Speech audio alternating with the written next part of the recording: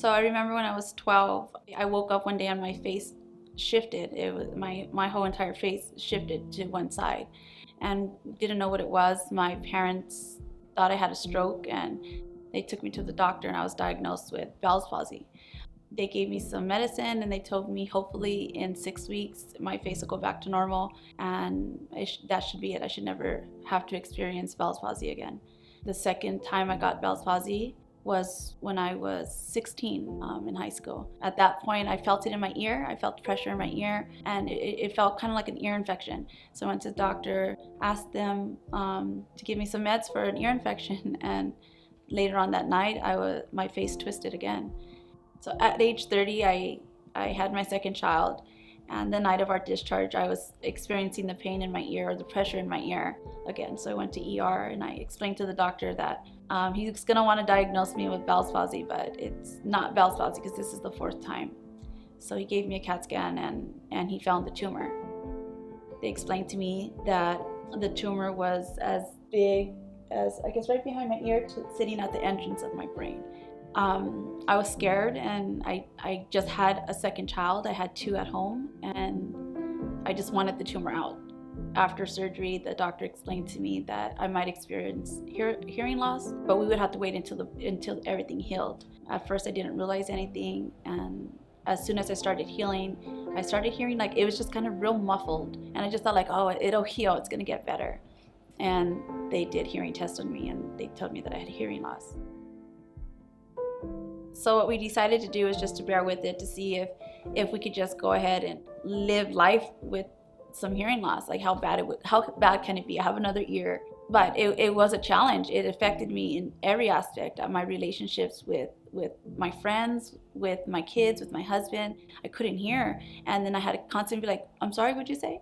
Excuse me, can you repeat it? I didn't really take that into consideration when we had decided like, okay, we're just gonna get through this, which is why I was extremely ecstatic to come in contact with Chris and Virtual Hearing and the whole drawing of our names, because it was really a blessing. It was truly a blessing.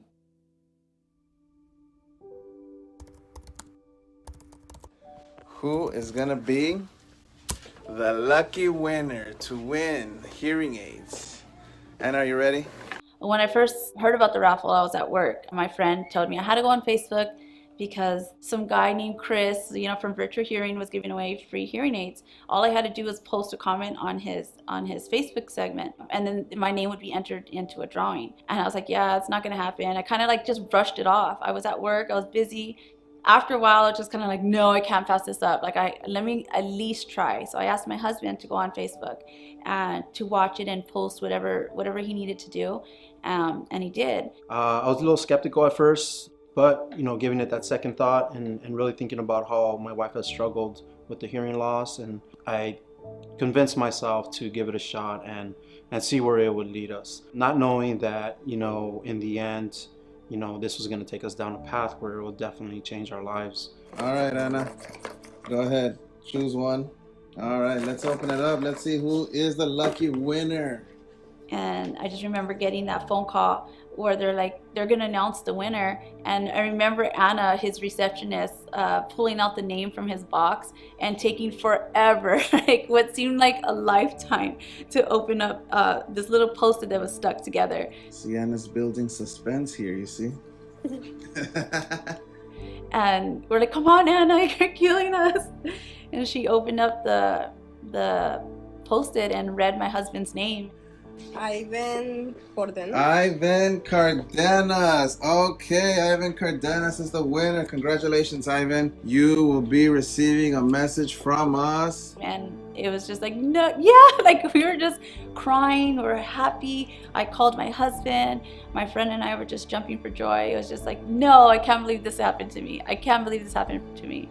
And we set up an appointment to go to have my hearing tested by Chris, and we met him. And the moment that I put my hearing aids on, I remember my friend Janelle went with me actually, and we cried because I didn't realize how much of a difference it was not to hear completely from both ears.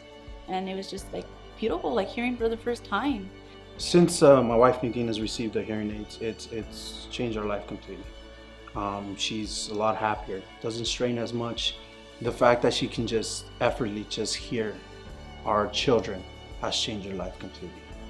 I feel that by having hearing aids, it's made life 10 times better. I appreciate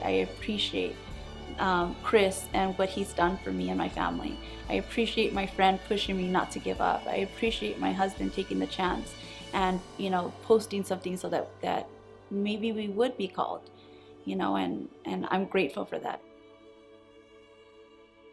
So if I could send a message out to anybody who is experiencing hearing loss or struggling with hearing issues and that could benefit greatly from having a hearing aid, is don't stop trying. Do what you need to do. If it's save, if it's try to look for a program, reach out to Chris. He helped me. I know he'll help you. The point is don't stop trying, because hearing aids have made a world of a difference for me.